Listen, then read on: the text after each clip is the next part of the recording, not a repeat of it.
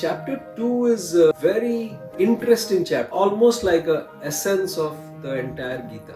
Atma Gyana is self-knowledge. Sthitapragya is somebody who embodies all these characters.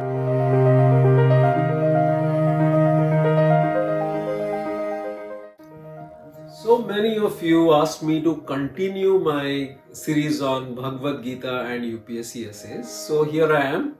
Today I will do Chapter 2, and Chapter 2 is hugely beneficial for essay writing because it has so many elements of leadership, personal growth, and realization, perception that I think this will be really handy.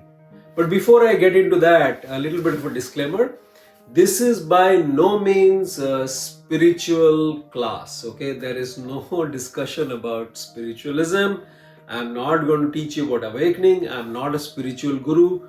I'm just an essay teacher, and I'm the philosophy student. So I'm going to talk about what this means from a philosophical standpoint. I think there is so much philosophical knowledge that is ingrained in these scriptures, whether it is Hindu scriptures or Bible or Quran or any other scriptures of any culture, that it captures the essence of our thought process. It captures the essence of the purpose of life as it means to that culture.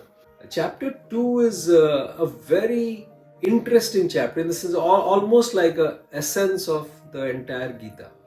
Arjuna getting completely confused about his duties and coming to Krishna. So this is the chapter where Krishna first talks to Arjuna about what he is and how he should be behaving.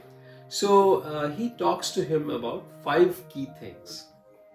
The first one is about selfless action or Nishkama Karma. You all must have heard about the shloka Karmanya Vadhikaraste Ma Phaleshu Kadachana, right? This is a very famous shloka.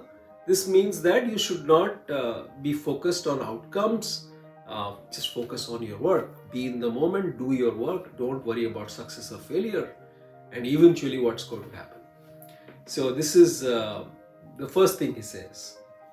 Then he talks about the concept of duty, that or Swadharma, right?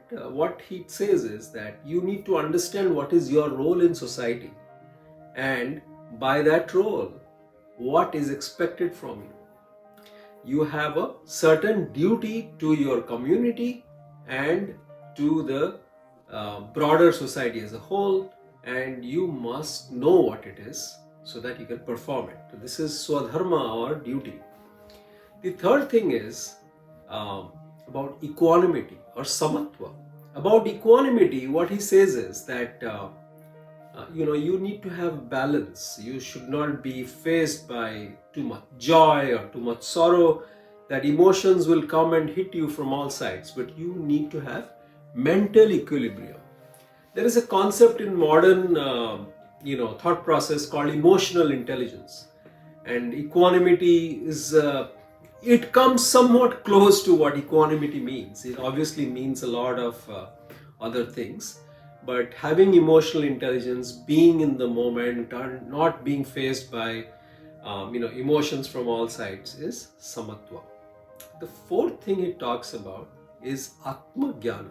Atma Gyana is self-knowledge or self-reflection or understanding or self-aware, right? Understanding of yourself. He says that your inner growth or transformation will come from your understanding of yourself. So you must understand why you are behaving in this way. And the last thing he says is Sthitapragya. Sthitapragya is somebody who embodies all these characters, right? He has tremendous understanding of himself or herself, tremendous understanding of their duty, dharma. They are very balanced in the way they think about it, and they do Nishkama Karma. So, in these 5 things, what is he saying? He's saying what is the perfect human being like, how you should behave in the world. And this is especially relevant when you are talking about ethical leadership, how leaders should behave. Essentially, Arjuna was a leader of his clan, right? And how he must behave. So any essay, and I'll give you PYQs, any essay that talks about ethical leadership, you can take chapter 2. Any essay that talks about ethical dilemmas and that you must have a position of this way or that. So these are some of the core concepts, 5 core concepts in chapter 2. Now let's discuss the PYQs. There is no path to happiness. Happiness is the path. Clearly, it is talking about enjoying the moment, doing your Nishkama Karma, not worrying about what is the outcome. This is the first example. The second example, I think 2 or 3 PYQs were on the role of public servants. That public servants' first duty is towards their community, towards their citizens, their public servants. So, Swadharma, understanding what their role in society is and performing that. So that's clearly a great example. Public servant, you must know chapter 2 of the Gita. The third set of PYQs are all about ethical leadership. There was a PYQ that said that a great institution is reflected by its leaders. So this is another example where leadership, you can say that a great leader has these personal traits. They are balanced, they do Nishkama Karma, they are Sthitapragyas, they have tremendous understanding of their duty, and they are self-aware. So I think these 5 fit in your total understanding of ethical leadership. 2 examples of Atma Gyana could be, your perception of me is a reflection of you, and my reaction to you is an awareness of me. This is a clear case of self-awareness, self-reflection. Here you can quote from chapter 2, Atma Gyana. The second example is, ships do not sink because of the water around them, they sink because of water in them. This is also talking about toxicity inside you that may eventually bring down your downfall. In the same way, self-realization, self-reflection drives you in a positive way. Realization and awareness of who you are eventually makes you a better person, so that you can avoid it.